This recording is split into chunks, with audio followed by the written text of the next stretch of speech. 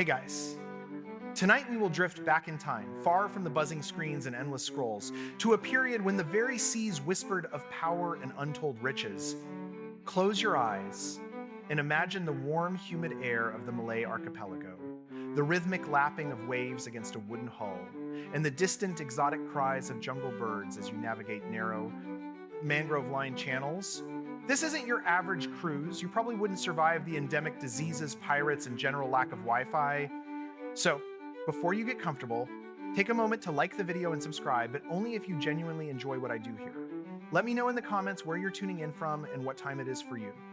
Now, dim the lights, maybe turn on a fan for that soft background hum, and let's relax and begin tonight's journey together. You're a merchant, perhaps, or a curious traveler, arriving in the 7th century where the sprawling, elusive maritime empire of Srivijaya begins to flex its considerable muscles. This ancient thalassocracy, meaning sea power, holds sway over the strategic straits of Malacca and Sunda, choke points for all trade between India and China. It's a common historical fact that controlling these straits was like owning the world's busiest highway tolls long before turnpikes were even a glint in a king's eye. But here's something quirky. Srivijaya wasn't a land-based empire with a fixed capital in the way we usually imagine. Instead, its power was fluid, a network of port cities and alliances, often shifting its primary seat of power between various locations on Sumatra, or perhaps even the Malay Peninsula. Talk about a flexible work arrangement. Historians still debate whether Srivijaya had a single permanent capital city or if it was more of a loose confederation of trading polities. Either way, you arrive at a bustling port, the air thick with the scent of spices, the clang of tools, and the chatter of countless languages. A true ancient global village, you find yourself amidst the vibrant chaos, observing the incredible wealth that flows through these waters. Srivijaya isn't just a powerful entity, it is times the very arteries of trade, pumping exotic goods across vast distances. Imagine the sheer audacity of controlling not just the land, but the very seas themselves, dictating terms to everyone from Chinese mandarins to Indian rajas, a kind of ancient maritime cartel, but with better PR. The empire's wealth was primarily derived from taxing passing ships, making it an early, remarkably efficient customs house for the entire region. This revenue allowed them to maintain a formidable navy, a common historical fact often overlooked when picturing ancient empires, as if all the action happened on land. What's quirky, though, is how Srivijaya's dominance wasn't just about brute force, it was a masterful blend of economic incentive, spiritual authority, and diplomatic pressure. They offered safe passage, resupply, and protection from pirates, a pretty sweet deal, especially when the alternative was getting your cargo plundered by less scrupulous seafarers who didn't offer a loyalty program. Historians still debate the exact mechanisms of Srivijayan control, wondering how much was direct rule versus a series of tributary relationships, a nuanced power play that makes modern international relations look simple. As your small boat nudges against the crowded docks, you feel the subtle power emanating from the water itself, a silent hum of influence. As you step ashore, the cultural richness of Srivijaya washes over you.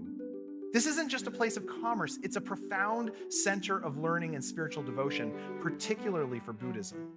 You see monks from distant lands, their robes a splash of color against the natural greens and browns, deep in discussion, perhaps debating the finer points of enlightenment over a cup of tea.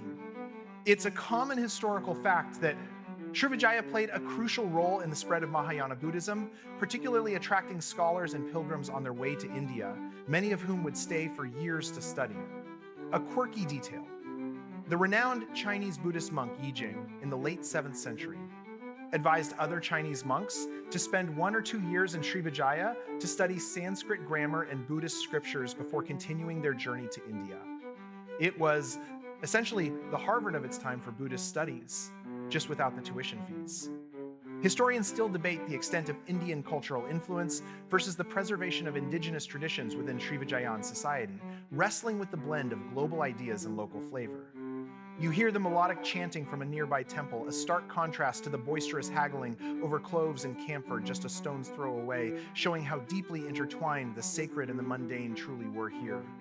Life here, you realize, is a constant ebb and flow with the tides, a bustling mosaic of activity. You wander through the markets, past stalls overflowing with exotic goods, aromatic spices like nutmeg and cloves, camphor wood, valuable resins, and even the feathers of hornbills, all destined for distant lands.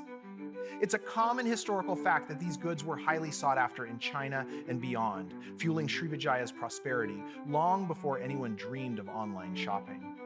A quirky piece of information: it's believed that Srivijaya also traded in rhinoceros horn and pangolin scales, items that were, and unfortunately still are, valued for their perceived medicinal properties, proving that some ancient trends are best left in the past.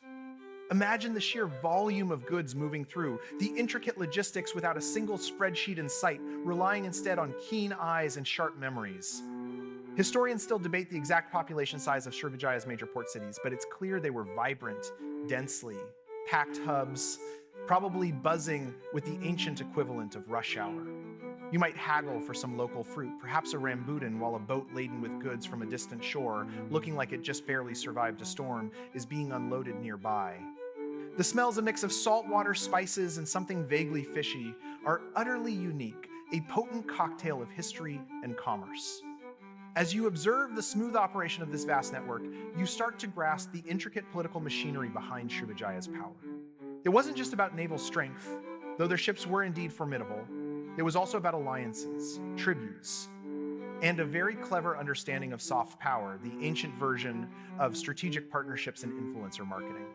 A common historical fact is that Srivijaya maintained diplomatic ties with powerful empires like China, regularly sending envoys and gifts, which solidified its status and ensured preferential trading conditions, essentially securing a VIP pass to global trade routes. What's quirky is how the Srivijayan rulers presented themselves as protectors of the Buddhist faith, using this spiritual authority to further cement their influence over smaller polities in the region. It was a sophisticated game of chess, played on the vast board of the sea, where every move was about securing not just territory, but loyalty and belief. Historians still debate the exact nature of the relationship between the central authority of Srivijaya and its tributary states, wondering if it was more of a loose confederation or a tightly controlled empire, a delicate balance between autonomy and allegiance. You see a grand ship adorned with banners, likely carrying envoys or tribute, departing from the harbor, a testament to Srivijaya's far-reaching influence and its clever manipulation of both faith and fortune. Centuries pass like the slow, inexorable currents of the ocean, and even the mightiest empires eventually begin to feel the strain. You notice subtle shifts, changes in the winds of power. The golden age of Srivijaya, while long and impressive, wasn't destined to last forever. A common historical fact is that by the 11th century, Srivijaya faced increasing pressure from rival regional powers, most notably the Chola dynasty from southern India, which launched a series of devastating naval raids. This wasn't just a minor skirmish, it was a significant blow to Srivijaya's maritime supremacy, like losing your top-tier customers to a competitor. A quirky detail often overlooked is that while these raids were incredibly disruptive, Srivijaya didn't immediately collapse. It limped on, its influence gradually waning rather than ending abruptly, much like a grand old ship slowly losing sails rather than sinking in a sudden storm.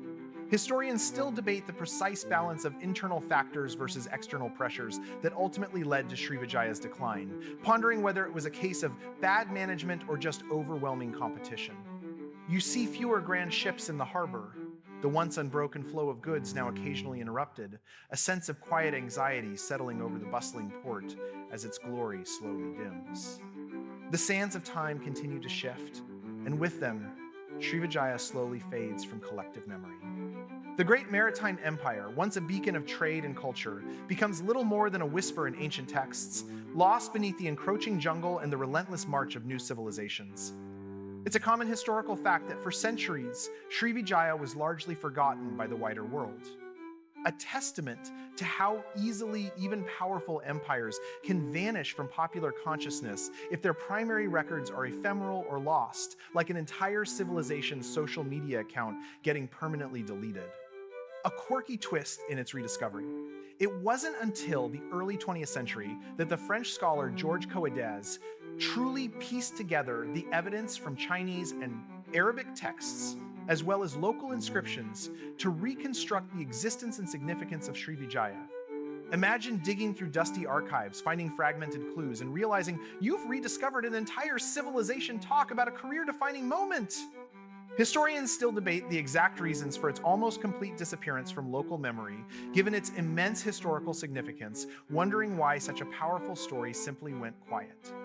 The bustling ports you once observed are now overgrown, swallowed by the dense tropical forest, silent save for the sounds of nature reclaiming its own. Today, the story of Srivijaya is being meticulously pieced back together, not just through texts, but through the patient work of archaeologists. You envision them, trowel in hand, carefully unearthing fragments of a forgotten past, like detectives sifting through the most ancient cold case files. It's a common historical fact that much of what we know about Srivijaya comes from inscriptions found across the region, offering crucial insights into its rulers, religion, and administration, these stone whispers telling tales of power. A quirky piece of information is that because Srivijaya's capital was likely built on the banks of a river or estuary, much of it would have been constructed from wood and other perishable materials, making archaeological identification challenging and leading to fewer grand stone ruins compared to other ancient empires. No colossal pyramids, just the subtle remains of a life lived by the water, which definitely keeps archaeologists on their toes.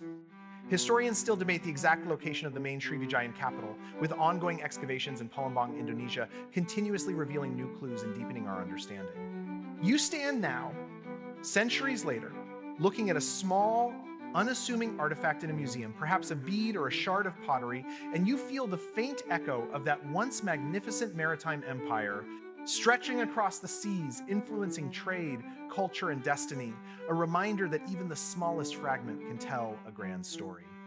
The sun now gently dips below the horizon, and the sounds of the day begin to recede.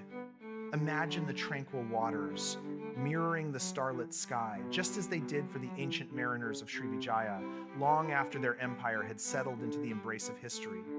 Their grand journeys, their bustling ports, and their quiet devotion all dissolved into the mists of time, leaving only faint traces for us to rediscover.